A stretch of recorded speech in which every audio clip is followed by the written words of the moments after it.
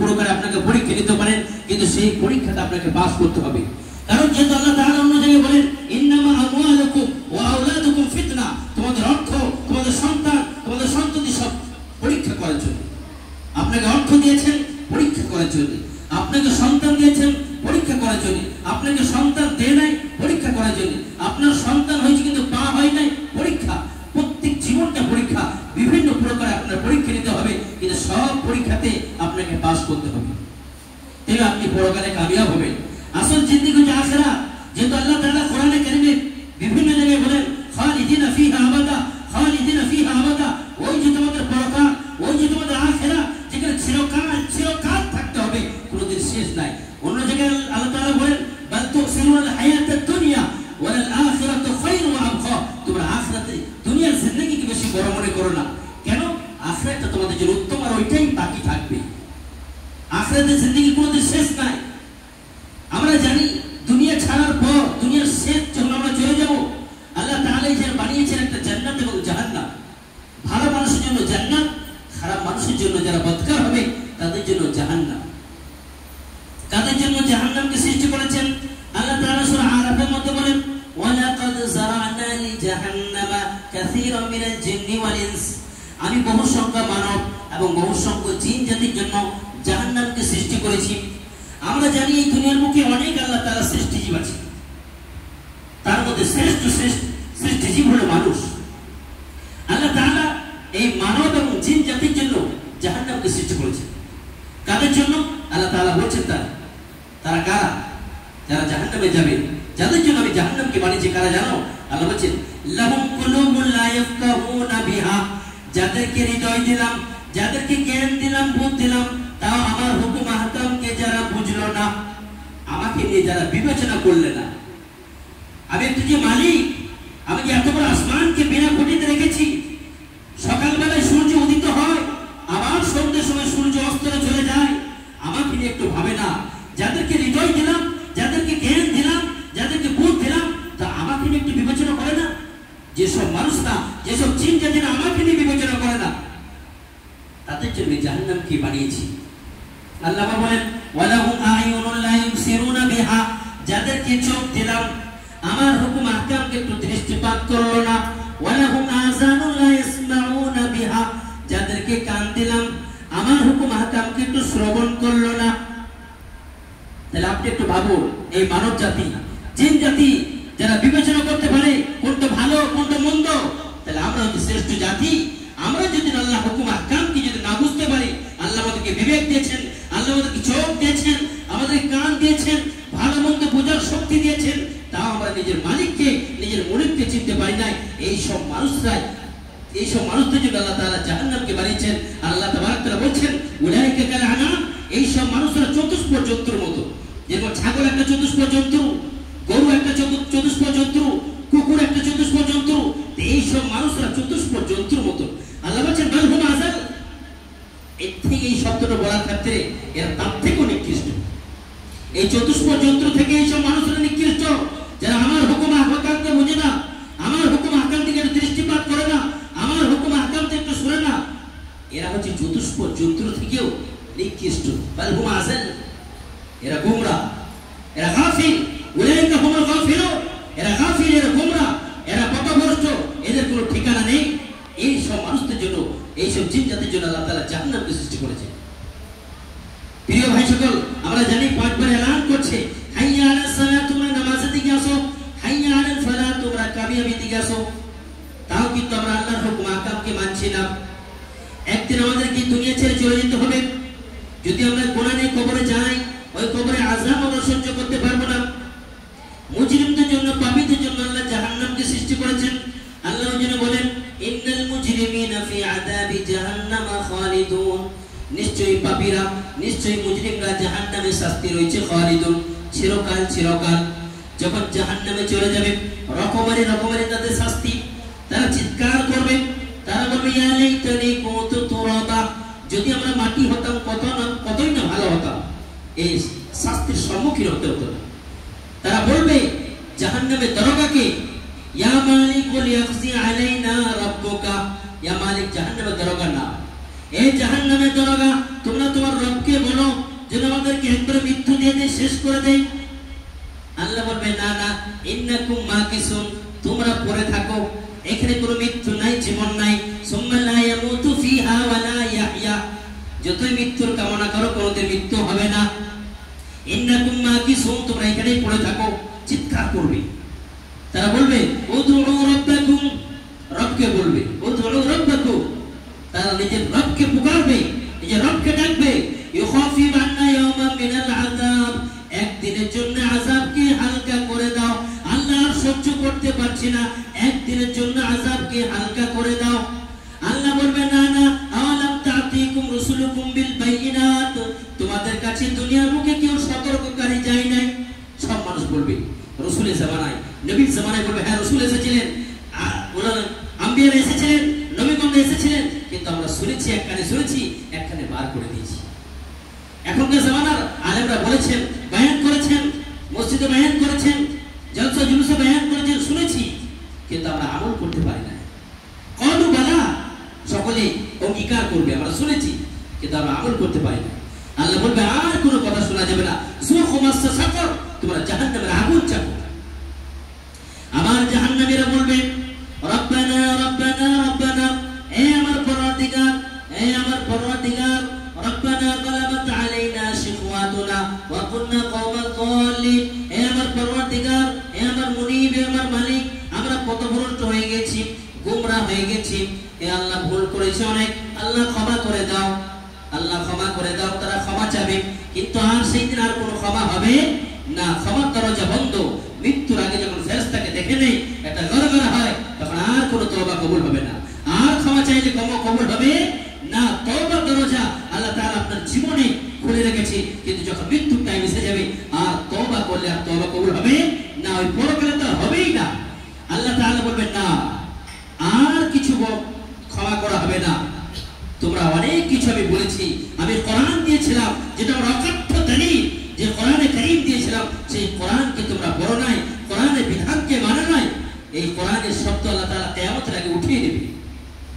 আল্লাহ বলবে আর কোনো শুনবো না, ইখসাউ ফিহা ওয়া লা তুকাল্লিমুনি, এই বলে জাহান্নামের দরজাকে বন্ধ করে দেবে, তোমরা ওইখানেই থাকো, আর আমার সাথে কোনো কথাবার্তা করবে না, শাস্তি চলতেই থাকবে। প্রিয় ভাইচক, আর যদি এর উল্টো আপনি যদি ভালো কাজ করে যান, ইন্নাল্লাযীনা আমানু ওয়া আমিলুস সালিহাত, আল্লাহ বলেন আমার কাছে যদি কেউ ঈমান এবং আমলে সালিহা করে আনে, ঈমান যদি নিয়ে যেতে পারেন এবং আমলে সালিহা, সমস্ত ভালো কাজ এই আমলে সালিহার মধ্যে আছে, যদি এই দুটো আপনি করে নিয়ে যেতে পারেন, আল্লাহ বলেন কানাত লাহুম জান্নাতুল ফিরদাউসি নুজুলা, তাকে সুস্বাগতম করব, মেহমানদারি করব জান্নাতুল ফিরদাউস দিয়ে।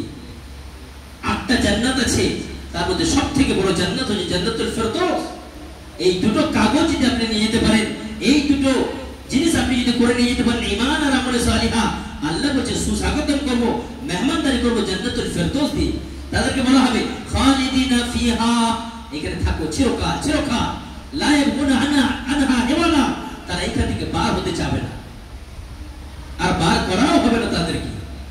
কেন? তাদের সব কিছু তাদের পূরণ হয়ে যাবে, যত নিয়ামত নাজ ও নিয়ামত সব কিছু পূরণ হয়ে যাবে। দুনিয়াতে আপনার 1 লাখ টাকা হলে 2 লাখ কি করে হয়, 5 বিঘে জমি হলে 10 বিঘে কি করে হয়, কোনোদিন পেট ভরে না। কিন্তু আপনি যখন জান্নাতে চলে যাবেন, সব কিছু আপনার পেট ভরে যাবে। দুধের নদী, সারা মদের নদী, দুনিয়াতে মদ হারাম, জান্নাতে মদ হালাল, পরিষ্কার পরিচ্ছন্ন পানির নদী, মধুর নদী, আপনি যেটাই খেতে মন যাবে সেটা আপনার সামনে হাজির।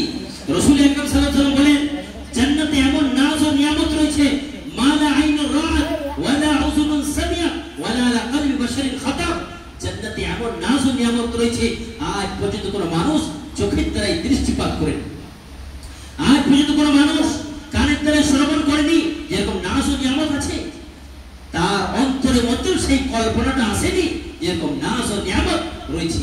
তাহলে ঈমান এবং আমলে সালিহা করে নিয়ে যেতে পারেন, আপনার জন্য ওই রকম পুরস্কার আছে যেটা আপনি কল্পনাও করতে পারবেন না দুনিয়ার মধ্যে।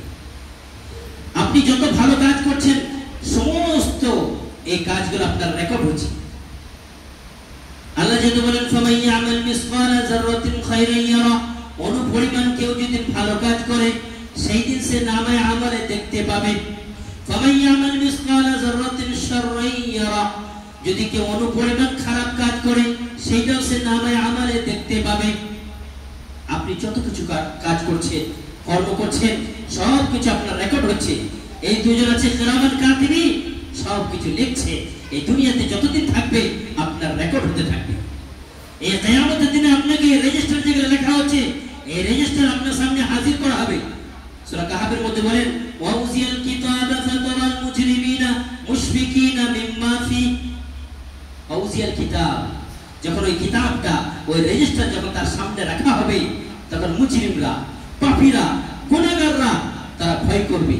মুশফিকিনা মিম্মা ফি, যে ওর মধ্যে কি আছে, কি আছে, আমরা ওই দুনিয়ার মধ্যে অন্যায় করেছি সেগুলো সব তো আছে।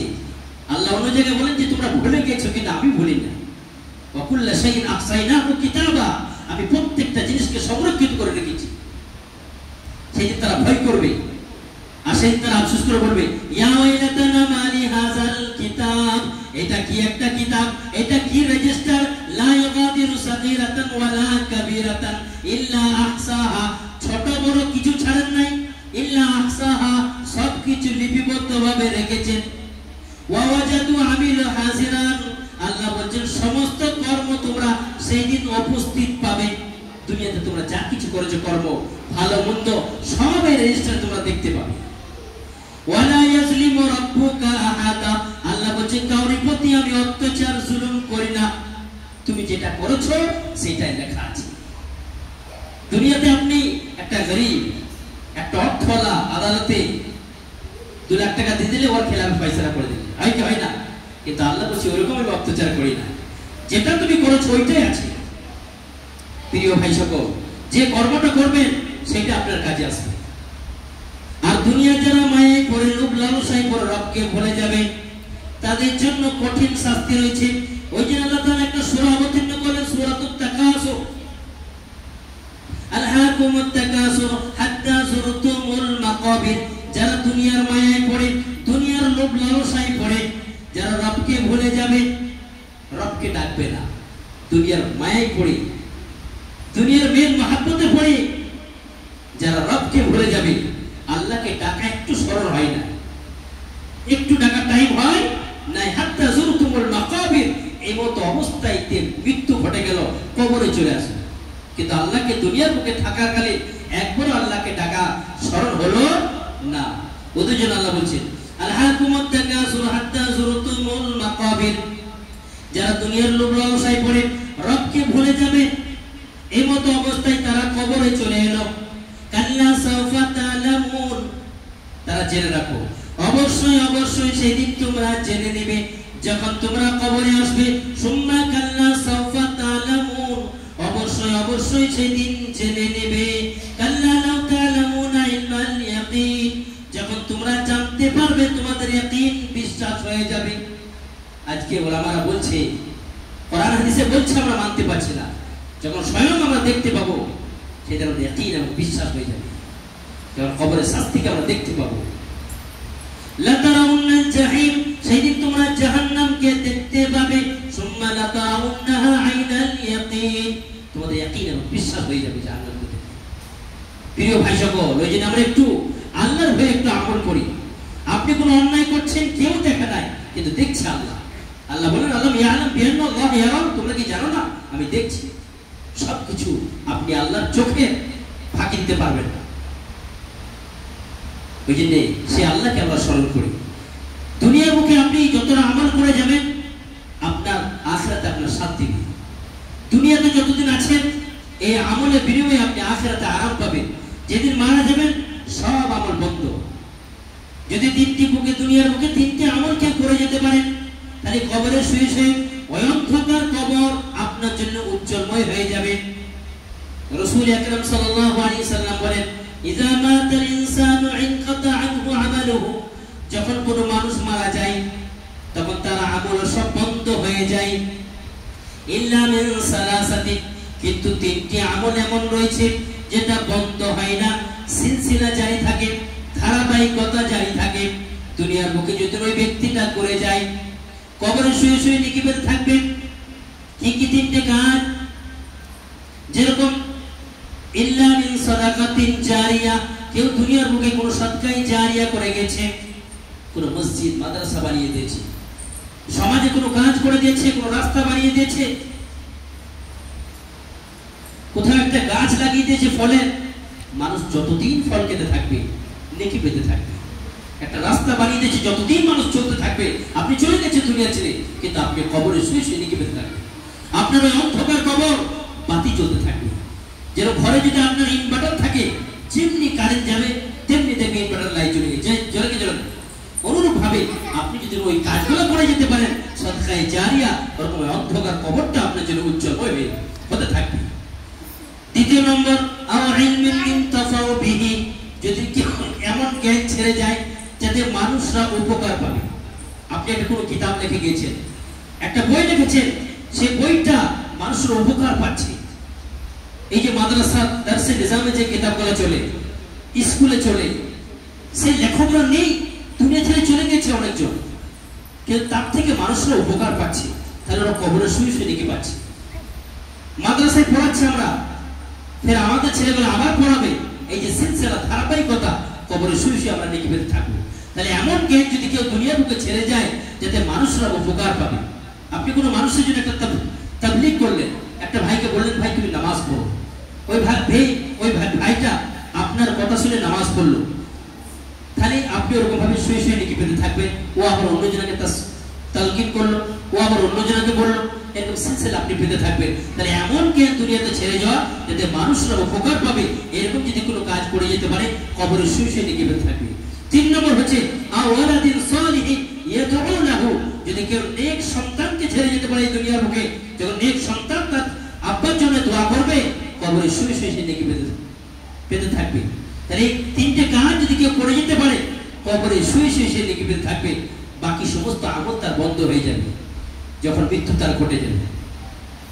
ওই কবরে যখন চলে যাবেন, আপনি মালদার ছিলেন না গরিব ছিলেন, না মুফতি ছিলেন, না মুহাদ্দিস ছিলেন, না হাফিজ ছিলেন, কিছু জিজ্ঞাসা করবে না। জিজ্ঞাসা করবে কি?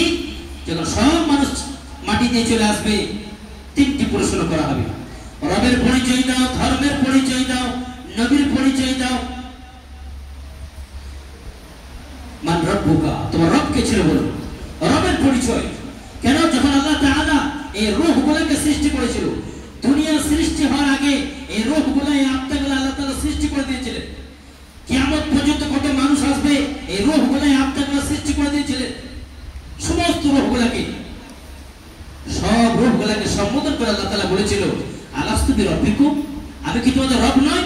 ক্বালু বালা, সকলেই বলেছিল অবশ্যই আমাদের রব। তো তখন সবাই ইকরার করেছিল, অঙ্গীকার করেছিল রব বলে। তাহলে দুনিয়াতে যাওয়ার পরে দেখে রবকে ভুলে গেছে কিনা, ওই যে রবের পরিচয়টা প্রথমে আল্লাহ তাআলা খবরে নেবে।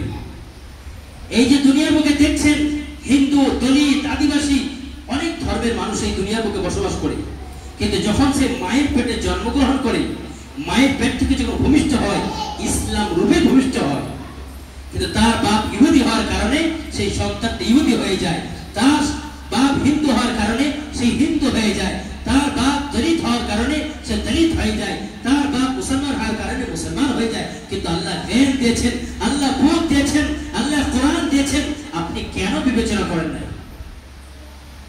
কেন ভালো দুটো রাস্তা দিয়েছে আল্লাহ, জান্নাতের পথ, জাহান্নামের পথ, একটা ভালো পথ, একটা খারাপ পথ, তুমি কেন ঈমান আনো না? ওই জন্য মানুষরা জাহান্নামে যাবে।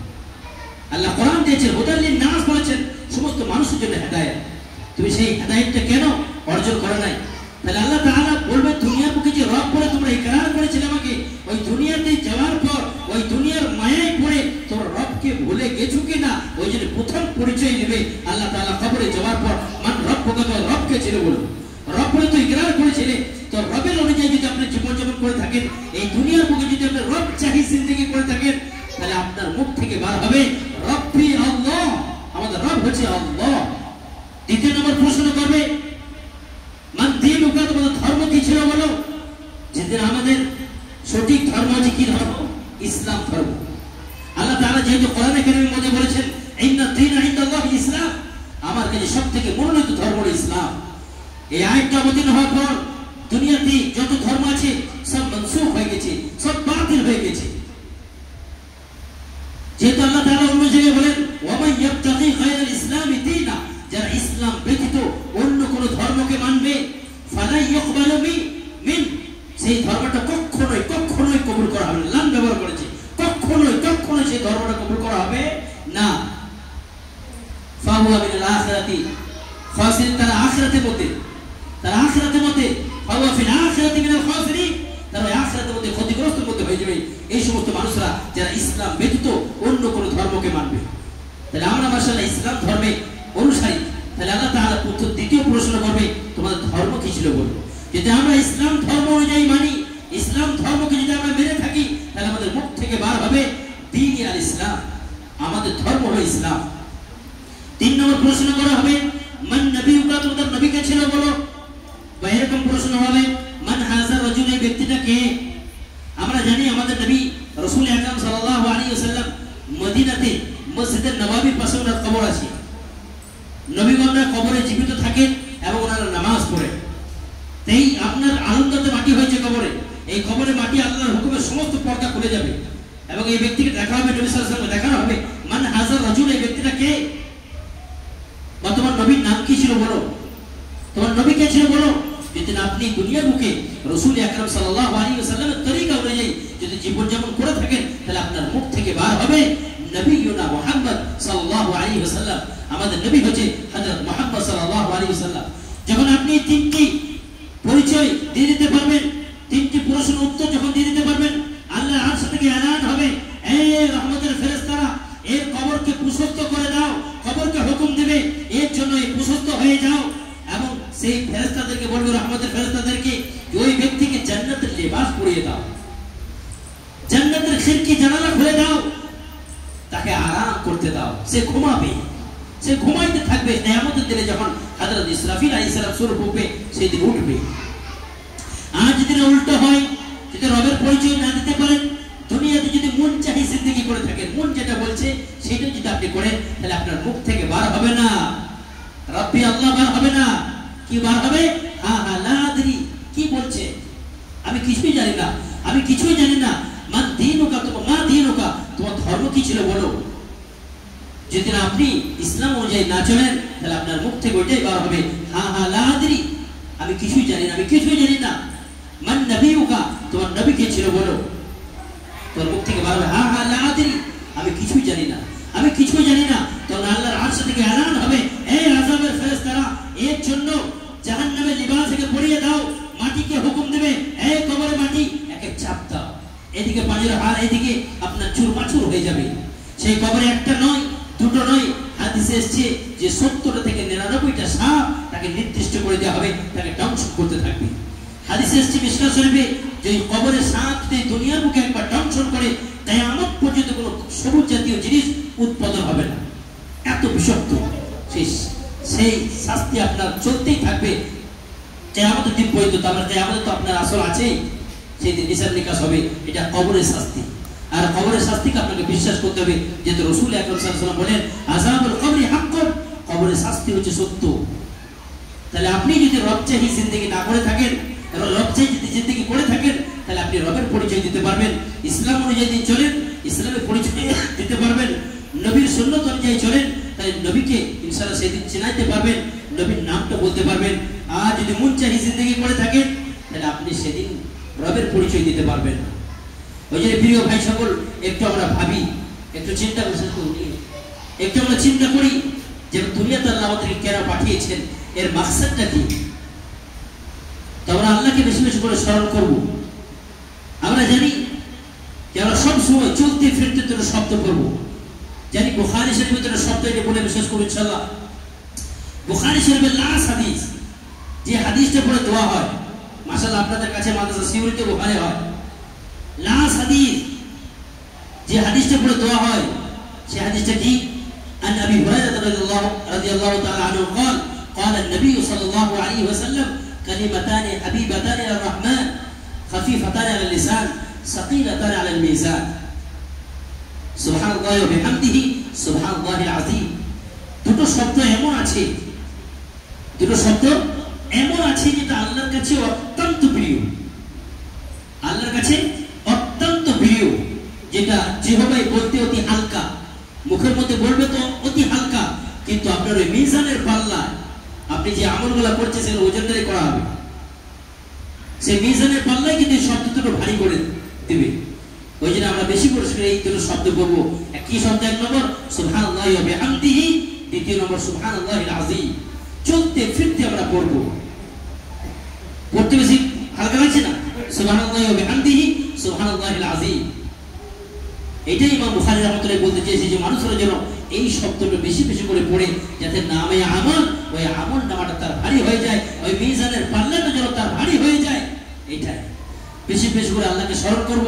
আল্লাহকে যে শ্রেষ্ঠ শব্দ চারটা, সুবহানাল্লাহ, আলহামদুলিল্লাহ, আল্লাহু আকবার, লা ইলাহা ইল্লাল্লাহ, এই শব্দগুলো আমরা বেশি বেশি করে পড়ব।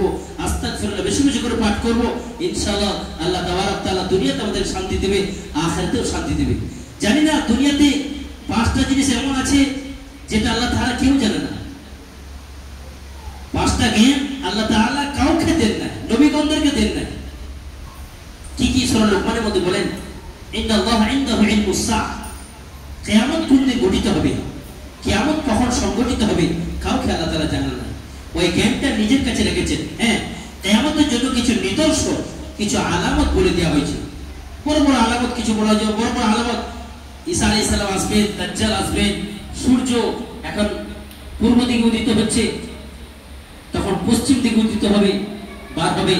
এই যে বড় বড় আলামতগুলো, নিদর্শনগুলো অনেক বলেছে, ছোট ছোট অনেক নিদর্শন বলেছেন, কিন্তু কিয়ামত কোন দিন সংঘটিত হবে কেউ আল্লাহ তাবারক তাআলা বলেন নাই। দ্বিতীয় নম্বর, যে মায়ের পেটে কি সন্তান আছে আল্লাহ ছাড়া কেউ জানে না। 3 নম্বর, কালকে কি উপার্জন করবেন, কালকে আপনি কি খাবেন, আল্লাহ ছাড়া কেউ জানে না। কালকে আপনার রুজিতে খাদ্য আছে কি না, আপনি কালকে উপার্জন করবেন, আল্লাহ ছাড়া কেউ জানে না। 5 নম্বর, ওমা তাদরি নাফসু বিআইয়ি আরদিন তামুত, এই যে বলা মাকসাদ, যে কখন মৃত্যু হবে কেউ জানে না। কোন জায়গায় মৃত্যু হবে, কখন হবে, এই জ্ঞানটা আল্লাহ কাউকে দেন না। ওই জন্য আমরা সকলে মৃত্যুর কথা স্মরণ করি, মৃত্যুকে ভাবি।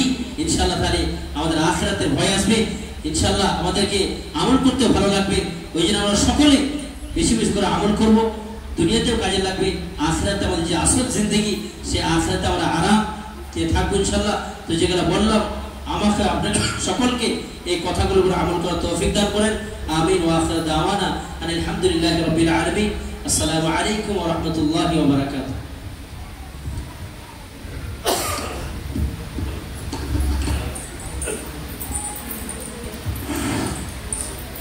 আসসালামু আলাইকুম।